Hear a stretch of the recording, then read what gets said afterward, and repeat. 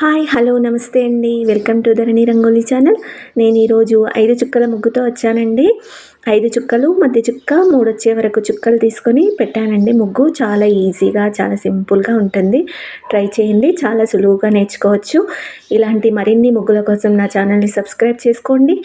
అలాగే లైక్ చేయండి. నా ముగ్గులు కనుక మీకు నచ్చితే లైక్ చేయండి, మీ ఫ్రెండ్స్కి షేర్ చేయండి. అలాగే సబ్స్క్రైబ్ చేసుకోండి ఫ్రెండ్స్. వీడియో చివరి వరకు చూడండి, స్కిప్ చేయకండి.